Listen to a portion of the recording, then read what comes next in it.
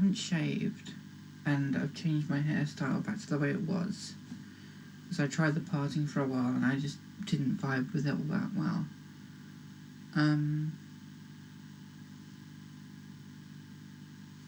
People responded to my thread, and I've been thinking about how to stir everything up into like one vlog.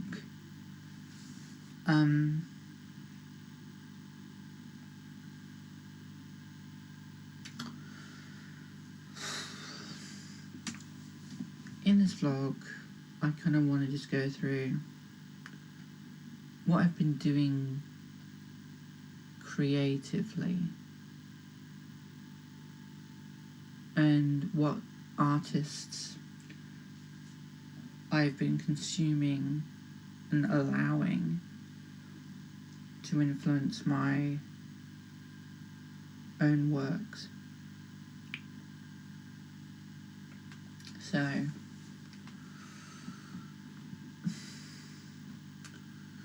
to answer waves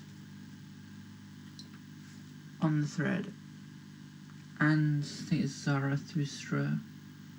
I don't know if I'm pronouncing that right. No, it's Doxa, sorry. I got them mixed up. Doxa and waves. To answer waves first off, with a bit of my own sort of process in terms of like talent and hard work. With the artists, with like various artists I've met, what I've found is that when it comes to anything, art especially, it's kind of like the Fallout special system.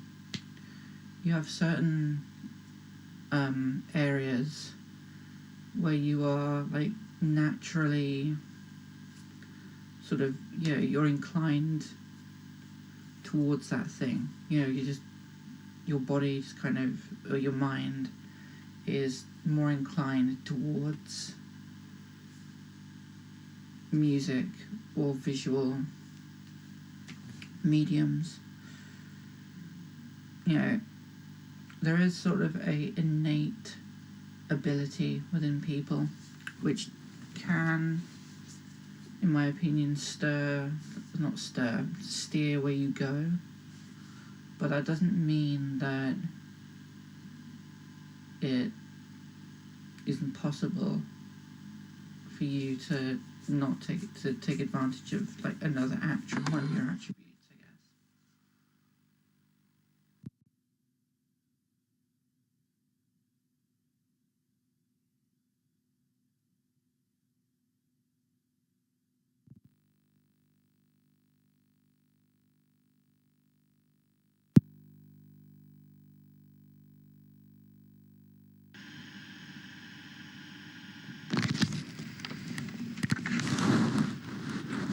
Sorry, the camera cut out again. Keeps doing that for some reason. But no, yeah, basically, doesn't mean that you can't take advantage of one of your other attributes, even though, like, if you go for like high agility and intelligence build in Fallout, for example, and you sort of neglect like endurance, doesn't mean that you can't build up your endurance throughout your run. You know, it's a lot more difficult because you aren't, you know, you naturally emergently built around that, I guess.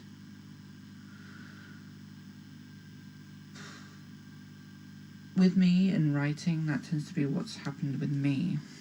Obviously, I don't know if, I mean, people have probably noticed this from just reading my posts on Denpa-chan, but I'm dyslexic, and, you know,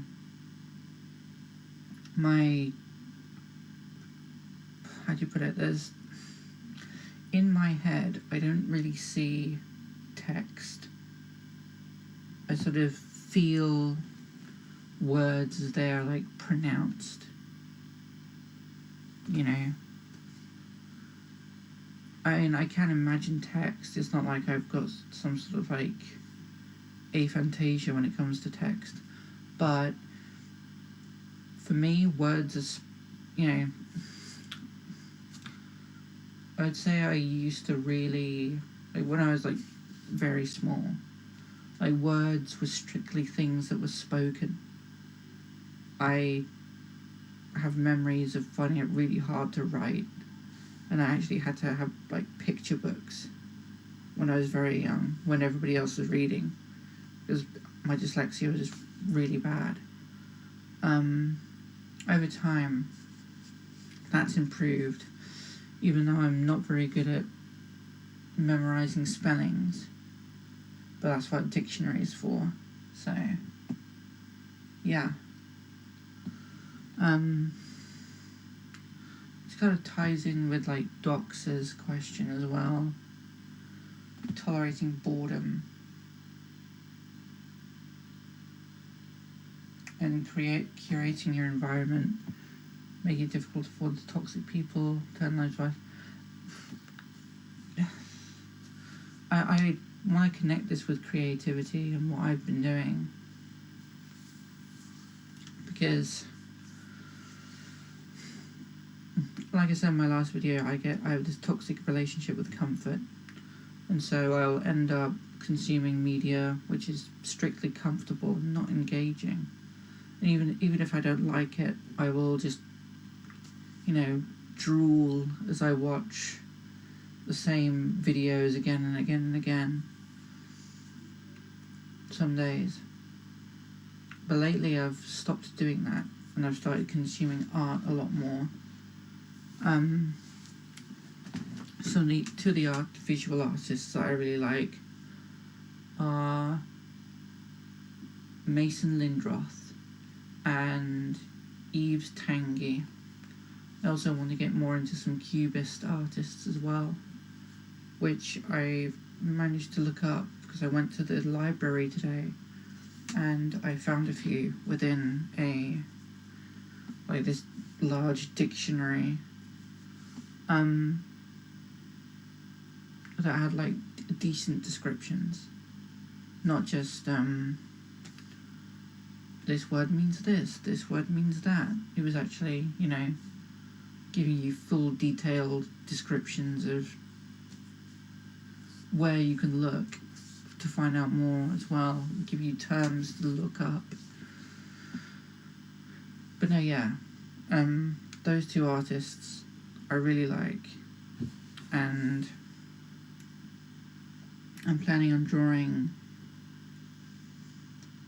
something else for the zine, as well as writing maybe a short story or poem. I might write another poem.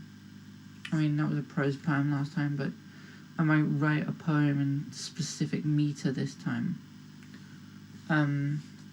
Just to, you know, give it some rhythm.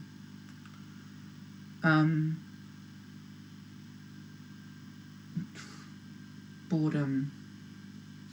Yeah. Boredom is important when getting back into artists that you like. Those artists, especially for me. Because when you're bored, I think what happens is that you become more sensitive to stimulation.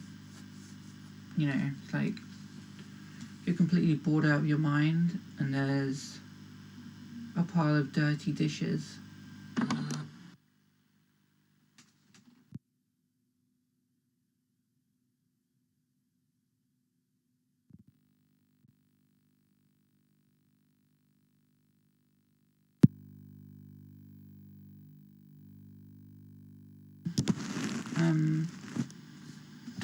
Can you get the pencil?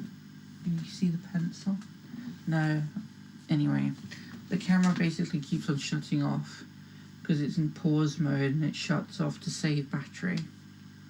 And I'm sort of feeding it through straight to my computer because I'm being a bit lazy and I don't want to use any more of my tape right now.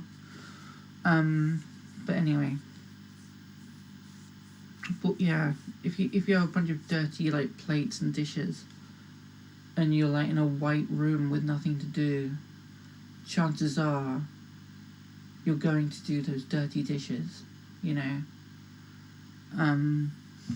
And it's the same with like living and creativity.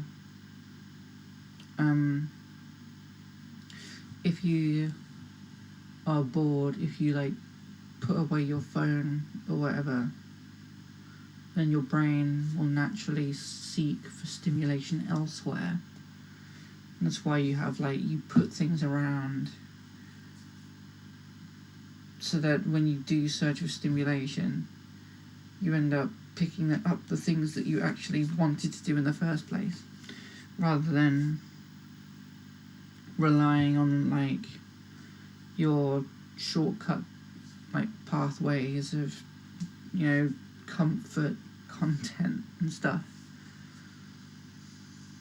That's kind of what the Mesolympic chair jockey thing was about in my zine entry, because people tend to ride on their Mesolympic reward pathway through their life, you know. And it's just not good. It's not really good for you. And yeah, I'm you know, a victim of that as well. I think everybody with like a weird sort of brain tends to get into that rut. I think a lot of the time it's just soothing. Like, I don't know, like if you're the type of person to watch the same thing over and over again, then you know that's related to anxiety. You know, that you want things to be predictable. Same if you have like a routine where you do this and that. It's, you know, it soothes anxiety because it eliminates uncertainty.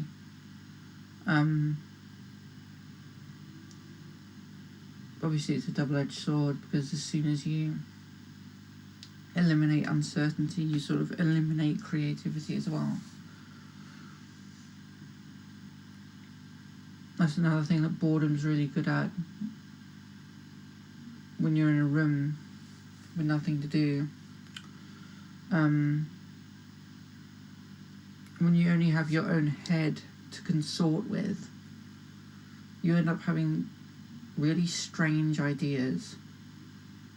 Like, right now I'm writing a short story about a fox who's like smoking cigarettes in this small neighborhood, and these cigarettes are making these clouds which he's riding on like a canal boat, and the neighborhood doesn't like him very much because he just sort of floats by all the time, but they don't know what to do. It's in the second draft right now, and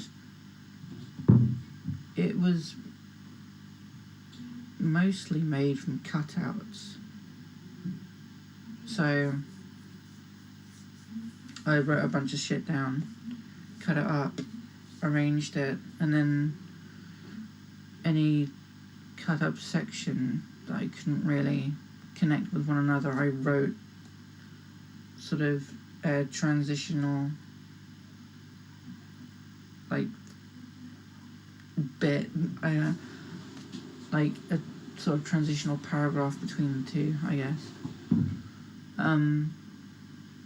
It's hard to describe what I'm doing, and I don't like sharing my complete workings because I feel like it's not done yet. And I used to have a big problem with showing people things that weren't finished and then being a bit miffed at me because it wasn't finished yet. So, yeah. Boredom's really good for being creative. It's also really good for problem solving. It allows you to churn problems over in your head without distraction. You know, like, maybe boredom shouldn't be thought of as boredom. Maybe it should be thought of as, like, a lack of distraction, maybe. I don't know.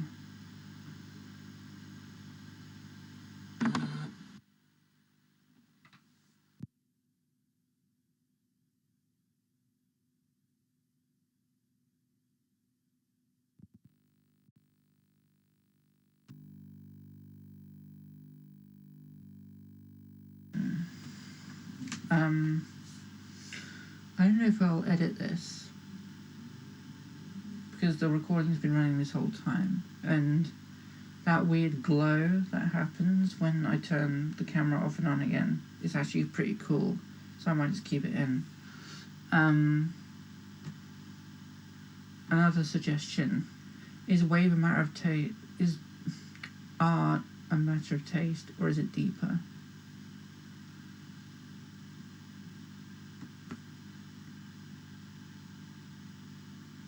I honestly don't know what I think of that.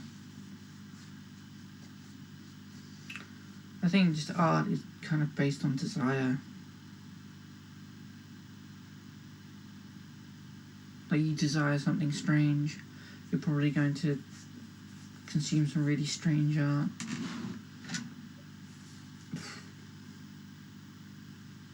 It's like 7 minutes to 12.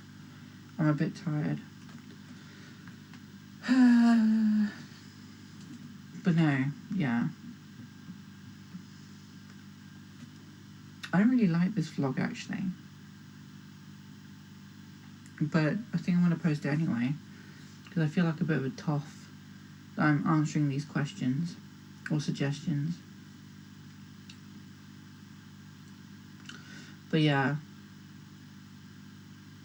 I don't know, I'm not really treating this very seriously. I just, off my head, really, just off the head, answering these things. On another note, what would it look like if I did this?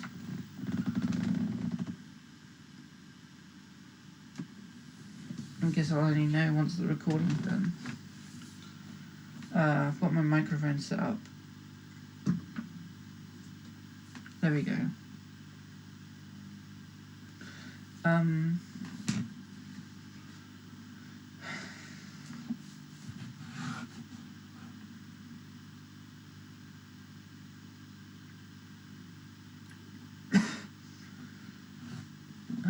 My throat.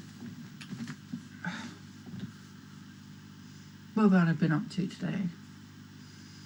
Well, wait, did I mention that I got a haircut? Yeah, I did get a haircut. Got the ends trimmed off, so it didn't look as frizzy. And yeah, like I said, I went to the library, so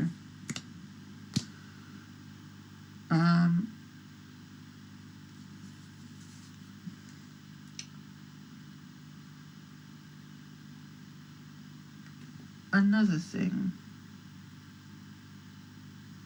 I've noticed today, like relating to like the questions on here, or the suggestions, sorry, on here.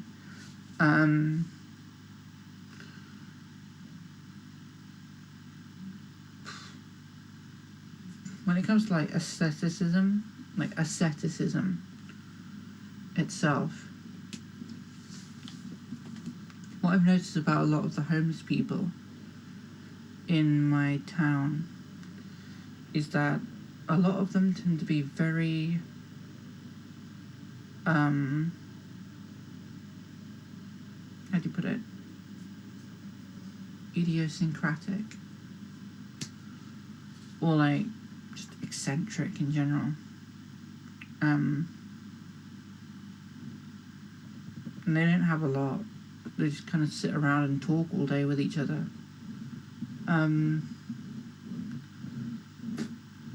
know. I guess not having any... I might fart in a minute, sorry.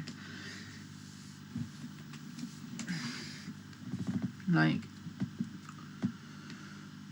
when you aren't exposed to entertainment all of the time, or any form of stimulation that can sort of like suppress your own thoughts,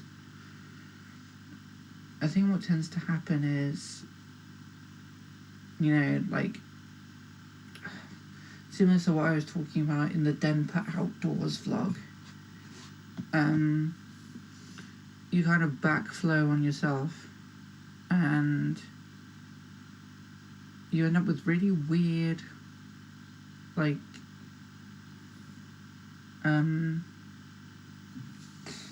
ways of expressing yourself.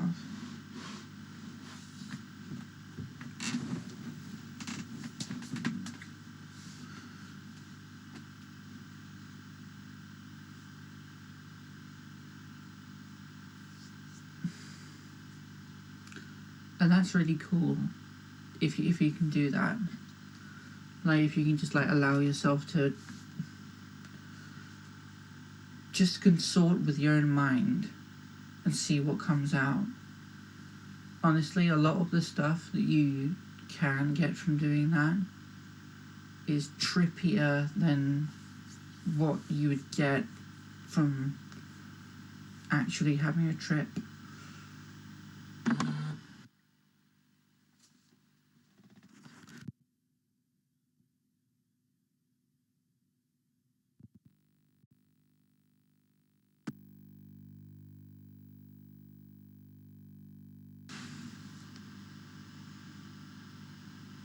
This vlog's a bit of a disaster, but I'm gonna keep going because I just kind of want to.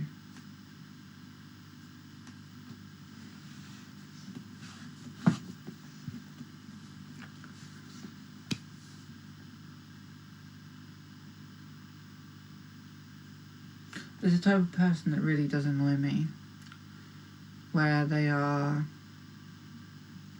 the weird person or weird artist, or like acid head artist type, or just acid head kind of person, where they're like, oh, I'm so, like, it's like they say that they're really like groundbreaking and strange, but then like they make something or say something or do something or listen to something that every other burnout acid head does, or somebody like them does that. They all like listen to Spongel and they're like, it's so psychedelic, man. Or like, yeah, they listen to Tool and they all like, what was that artist?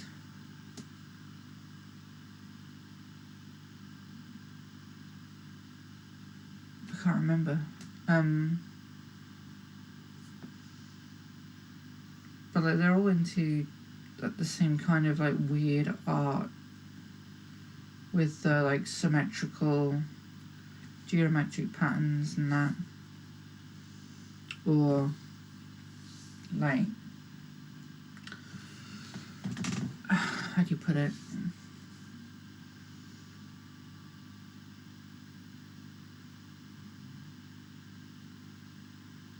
Like, it's like, you know it when you see it, you know,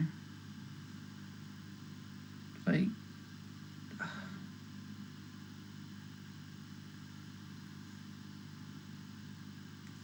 you know, like the weird like fucking art of you get what I mean. You'll know when you see it. It's the type of people who listen to like Erowid stories all day, and you know, they obsess over like new age ideas, which I've been guilty of doing in the past, but after sort of my own experiences, I've, instead of sort of backslid yet progressed in terms of my own taste. I've gone back to things that I used to like, and I've elaborated on it, and I'm a lot happier. But yeah, those types of people annoy me now.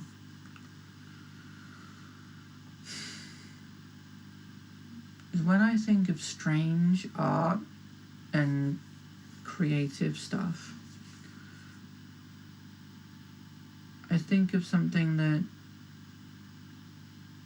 isn't like faux deep, you know, faux is in F-A-U-X.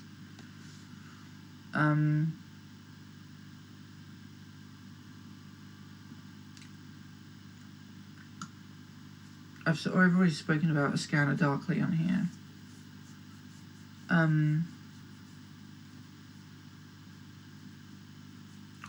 A Scanner Darkly is actually deep though, whereas stuff like a lot of like new age stuff and the stuff you read on Erowid isn't deep at all. All of the trip reports and that, a lot of them just aren't very deep, because it's not making a really, they're not really commenting on anything. They're just sort of not pirating, they're like sort of parroting a kind of like, I don't know, teenage, I wouldn't call it teenage, like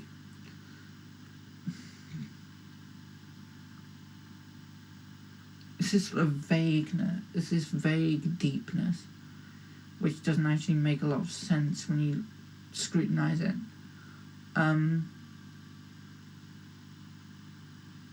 That's the most concise way I could put it. The one scene that really sticks out to me in A Scanner Darkly is not the bike scene. It's the scene where Freck is in the driveway,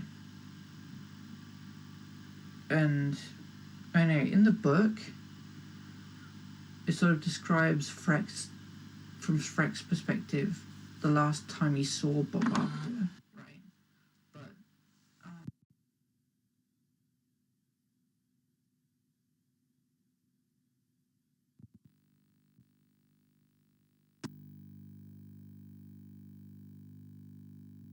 anyway, the scene in the book was describing Freck's memory. I think it was the last memory he had of Bob Arthur. But in the film, this is what I liked about the film, was this scene. It kind of captures like the mood. I think Bob Arthur said something like, the most dangerous person is the one who's afraid of his own shadow, or something. And Freck just kind of says, what does that even mean, you know? And that's deep. That sort of gets all of that stuff I was talking about, the like acid head deep people in a nutshell, you know? Because you can look at that line, the most dangerous person is the one who's scared of his own shadow. And you're like, whoa, it's so deep, you know? Like, they're dangerous because they're scared of themselves. But the more you think about it, the more it doesn't really click. It's like, yeah, I guess so, but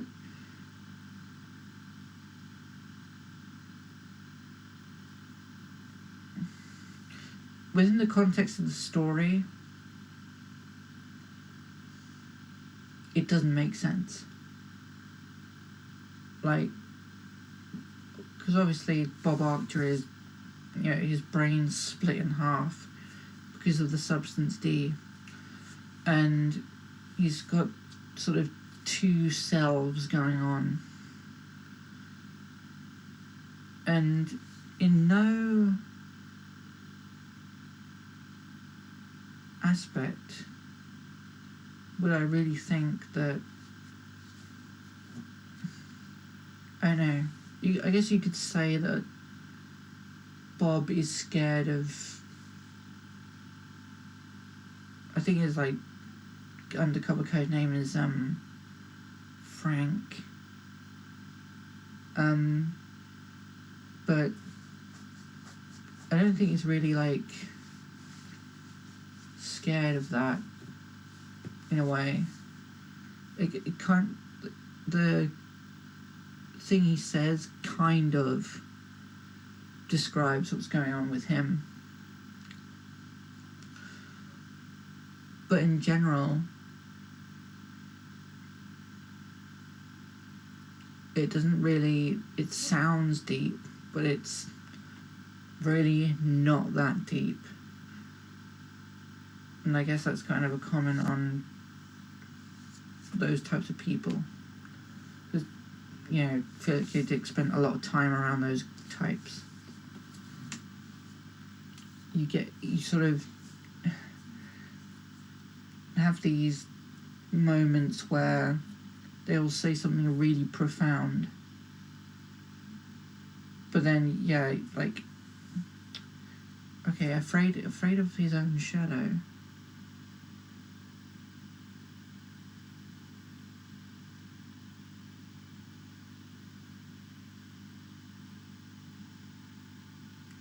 That would really make somebody like dangerous themselves, I guess.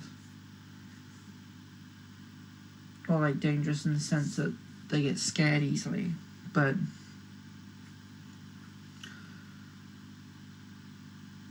even comparing that to Bob Archer's story in general, he's never actually a danger in the book or in the film, really, because he was basically used as a pawn to get close to, like, get lobotomized or some. I may be losing the plot a little bit, but he was basically used by the police in a lot of different ways to get close to James Barris and eventually to get put through the neurophagia clinic so that, they could get some substance D from, where they get evidence that the new path was growing substance D, basically. But at no point is he dangerous.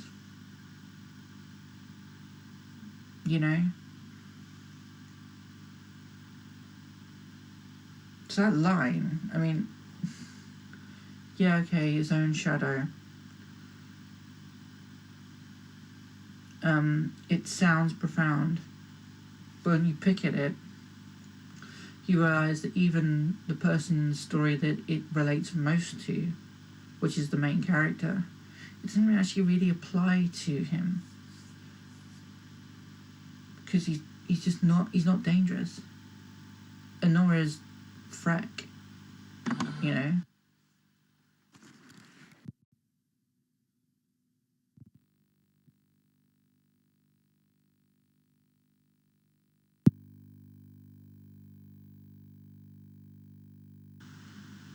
assuming that he's saying it to Freck to basically tell him like what you're kind of doolally, like you've gone off the deep end with this stuff.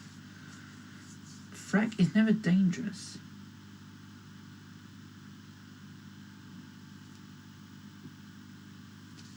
He tries to kill himself at the end of his, like, time in the story, but, like, he was never dangerous. Even though he was scared all the time. So, you know,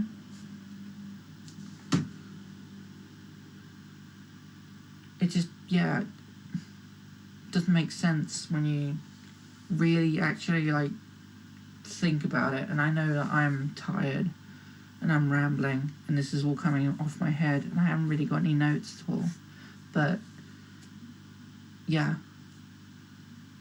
I don't like those types of people.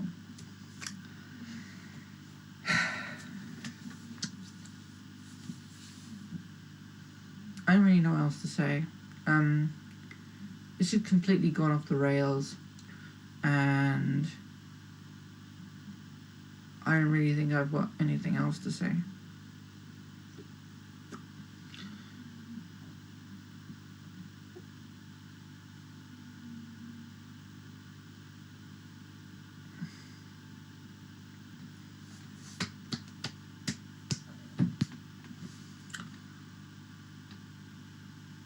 I might make some more art and post it for the zine because No Thank You has said to me on the chat thread 4 that apparently